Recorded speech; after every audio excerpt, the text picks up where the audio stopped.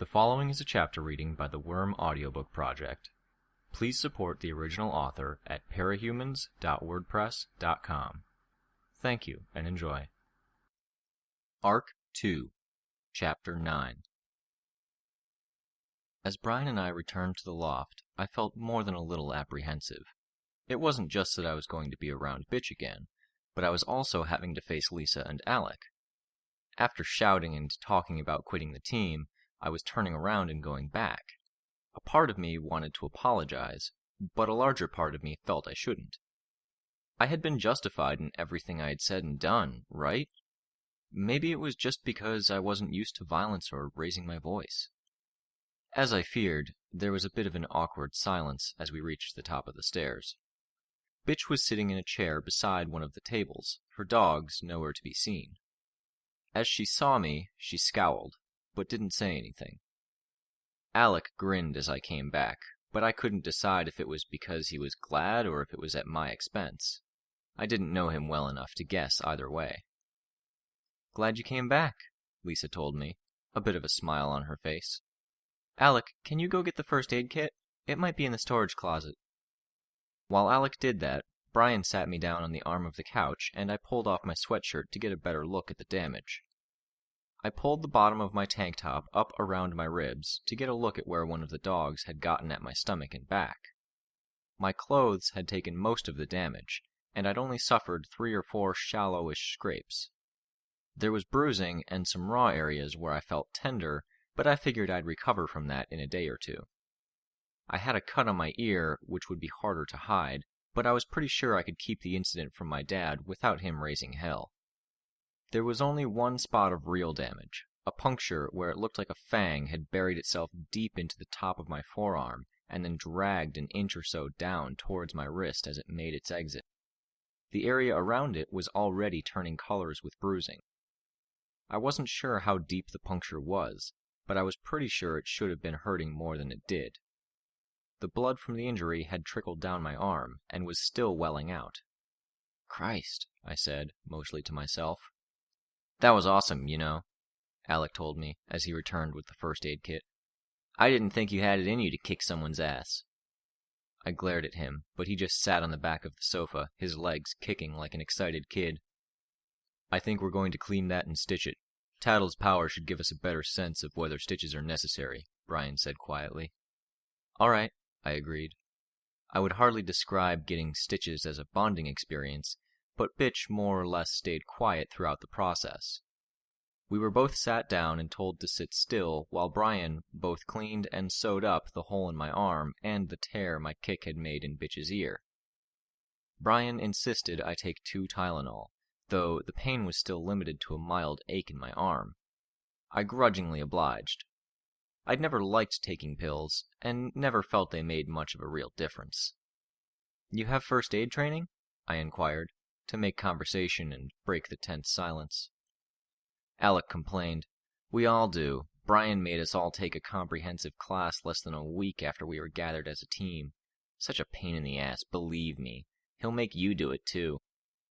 "I already did," I admitted. "One of the first things I did." I jumped a little at the snarling from my left, but it was just Rachel cussing as Lisa taped a cotton pad to her ear.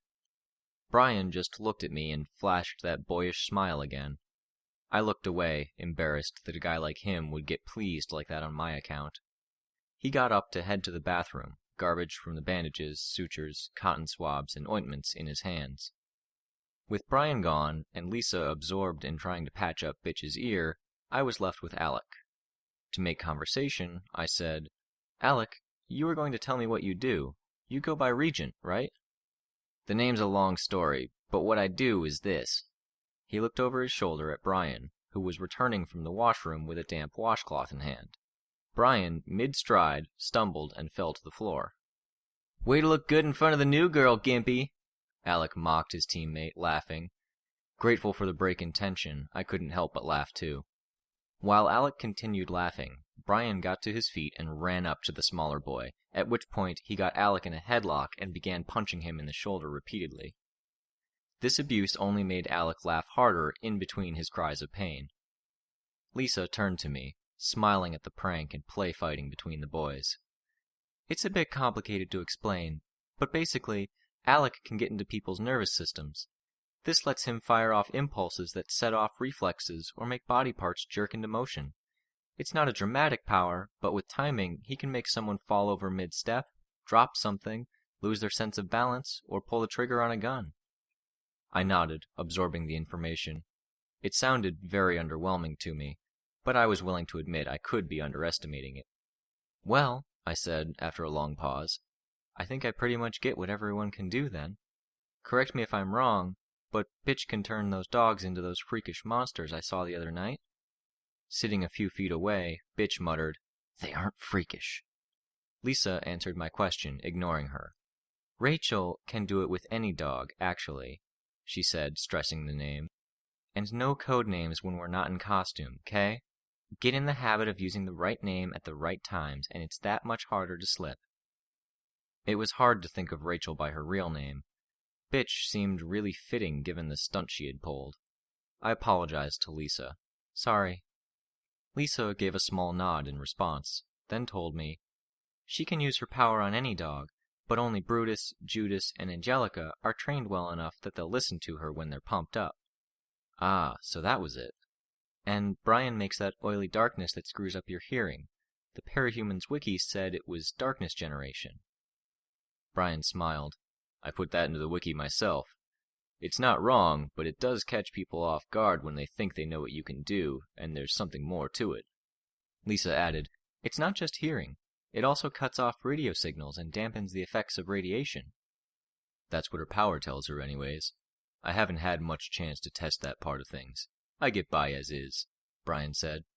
He turned his hand palm up and created a handful of the darkness. It was like smoke, but so absolutely black that there was no texture to it. It was like someone had taken a scalpel to reality, and the blackness was what was there when everything else was gone. I couldn't even gauge the dimensions of it, unless I looked at it from a different perspective. Even then, with the way the darkness shifted and billowed like smoke, it was hard to judge the shape.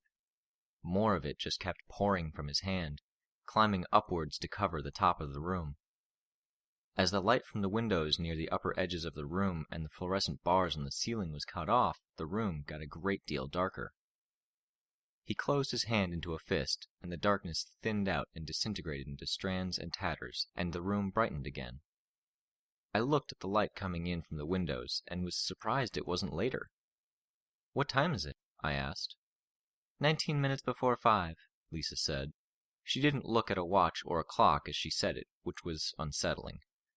It was a reminder that her power was constantly available to her. Brian asked me, "Do you have somewhere you need to be?" "Home, I guess," I admitted. "My dad will wonder where I am." "Call him," Lisa suggested. "Now that the introductions are over with, you can just hang out for a bit if you want." "We could order pizza," Alex suggested. Then, when Lisa, Brian, and Bitch all made faces, he added, "Or maybe everyone's sick of pizza and we could order something else." "Stick around?" Brian made it a question. I glanced at Bitch. She was sitting on the table behind one of the couches and looking like a mess, with a bloody bandage over one ear, blood smeared below her nose and lip, and a bit of green around the gills that suggested she was feeling a little worse for wear. With her in that state, I didn't feel particularly threatened. Staying meant I could work to get things more copacetic and maybe dig for a bit more information. I'd also missed socializing with people, even if it was under false pretenses, with a group that included an apparent sociopath. It had been a sucky day. Just chilling out sounded good. "Okay," I decided. "Yeah, I think I'd like to." "Phone's in the kitchen if you want to call your dad," Lisa said. I looked over my shoulder as I headed across the loft. The others got settled on the couches, with Alec turning on the TV, while Lisa and Brian took a second to clean up. I found the phone and dialed my dad. "Hey, Dad," I said, when I heard the phone being picked up. "Taylor, are you all right?" He sounded worried.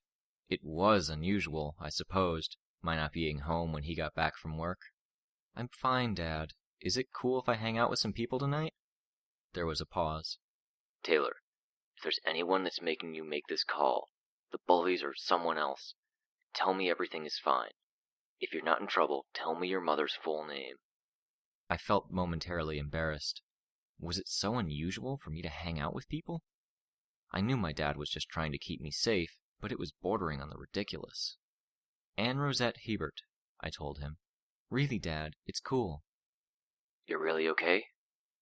My gaze rolled over the kitchen, taking in the details, as I gave him my assurances. Better than ever. I kinda made some friends, I said. My eyes settled on their dining room table. There was a stack of money wrapped with a paper band, just as the money in the lunchbox had been. Beside the money, plain as day, was the dark gray metal of a handgun. My attention caught by the gun, I only barely caught my dad's question. What are they like? They seem like good people, I lied.